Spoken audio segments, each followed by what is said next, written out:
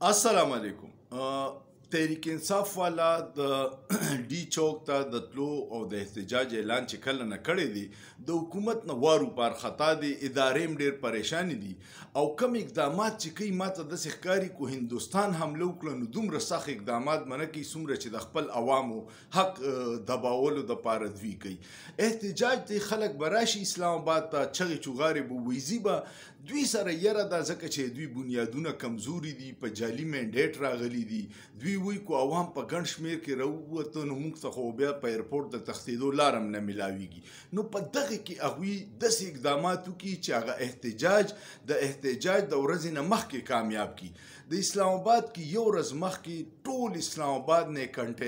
کنټینرستان جوړ کړی او د جرمن سفارتکار یو ټویټ مې وکړ، هغه وایي چې سبا به دغه جرمن سفارتخانه بند دی ځکه چې اسلام آباد کې کنټینر لګېدلي او لارې بندي دي. دا انټرنیشنلی خبر لاړ شي، بیا چې کم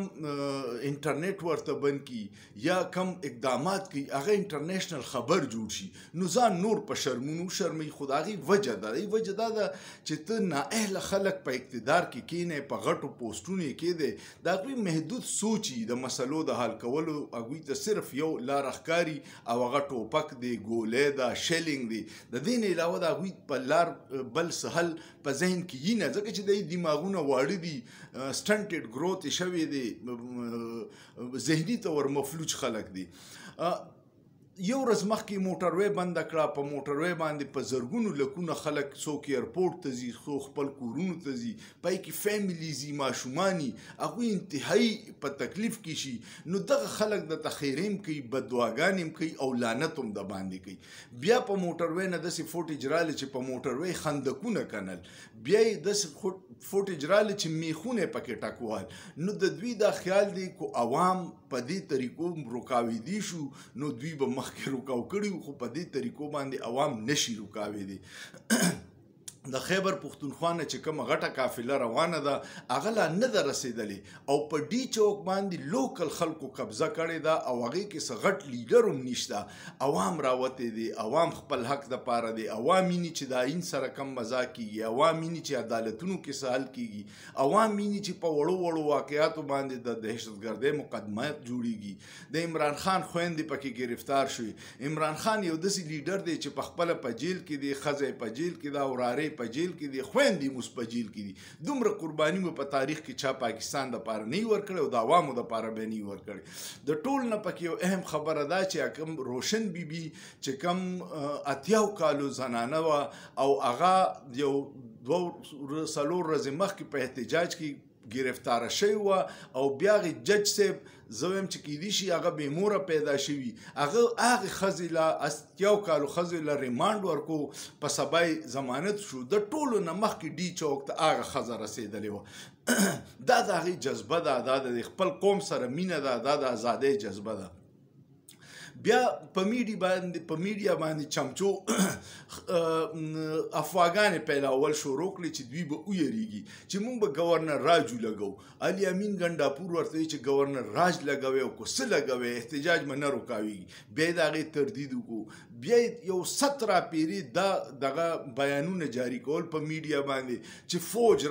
فوج راغی. نو فوج د هندوستان فوج خو نه دی، زموږ خپل فوج دی، خلک ورسره مینه کوي او فوج د یو پارټۍ فوج نه دی. فوج چې کلم د یو پارټۍ خلاف استعمال شوی نو نتیجه موږ دا لیدلې چې په بنګال کې بیا 93,000 فوجیان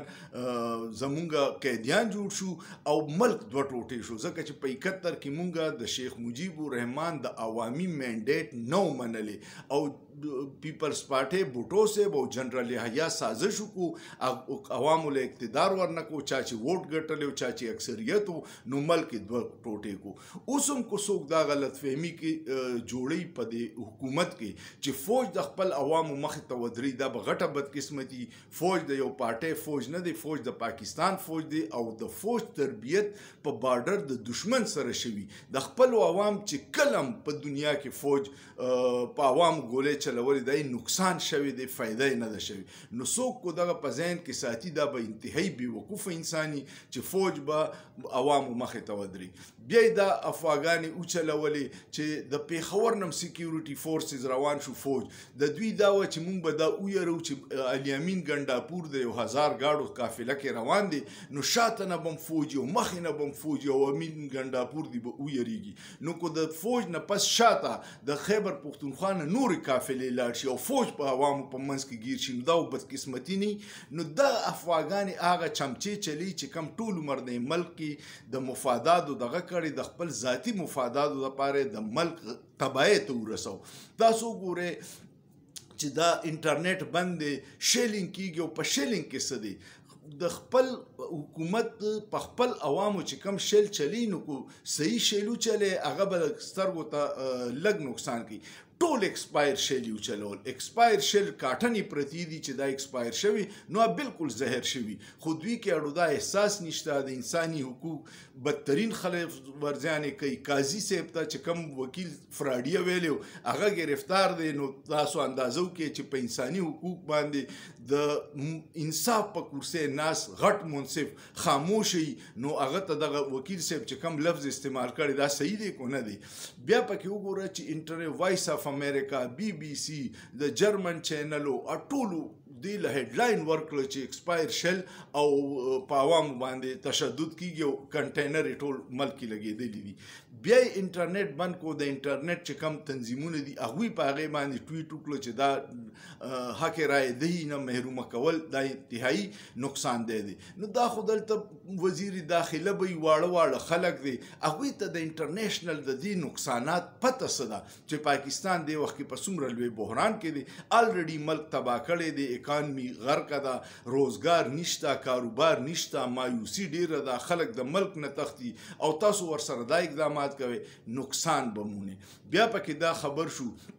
چې د پیپلز پارټۍ نوید کمر د تحریک انصاف خلکو ته پیغام ورسو چې مونږ به د آئینی ترمیمونه د 16-17 نه پس کو تاسو احتجاج ختم کې سیاسي کمیټې چې اجلاس شو په هغې کې ځینې خلکو نرم رویه وه خو هغوی ورته ووی ځینې خلکو چې بار بوس اوزو مونږ به ووایو چې دا خلک وایي چې احتجاج ختم کې نو بیا به تاسو په خپل کورم نشئ راوتي هغوی هغه د نوید کمر آفر ونه منو هغوی ورته وی چې اوس زموږ د لاسه اختیار تللی دی اوس چې سم کوي نو عمران خان به کوي دا احتجاج چې څو پورې جاری دی نو د حکومت نه وارو پار خطا دی او احتجاج د عوام آواز دی ځکه چې عوام د دې حکومت نه تنګ دی د غیر آئیني اقداماتو نه تم دی د معمولی خبرو باندې په خلکو د دهشتګردۍ اف آی آرو نه تنګ دی بل طرف ته بلوچستان او خیبر پښتونخوا کې ور لګېدلې آی طرف ته د سیکیورټي فورسز توجه کمه ده یا څه چې وجه ده سیاسي عمل کې مداخلت ډیر زیات دی نو بل پکې یو ډیر اهم خبر راغی په سوشل میډیا چلیدو چې د علي امین ګنډاپور په قافله باندې د هلیکاپټر نه شیلینګ کیږي او چاوي چې د ډرون باندې شیلینګ کیږي نو هلیکاپټر د چا سره دی د پولیس خو دومره حیثیت نه دی څوک شیلینګ کوي دا خبرې چې دي چې په میډیا راشي عوامي ویني نو دا د ریاست نه او د ادارو نه نفرت کې اضافه کوي د خدای دپاره د عقل نه کار والی هر سړي په خپل دایره کې کینې او عوامو آواز واوري ته چې نااهله مسلط کې اب ستا دپاره قانونونو تبدیلی وکړي ستا اختیارات به سیوا کړي خو د هغې نقصان به پاکستان ته او عوامو ته او عوام چې نو پاکستان به چې عوام تبای نو د پاکستان هیڅ مستقبل نشته ستاسو څه خیال دی په دې باندې کمنټ وکړئ لایک وکړئ شیر وکړئ او سوچ پیو کې په سوچ کې څه ګناه نشته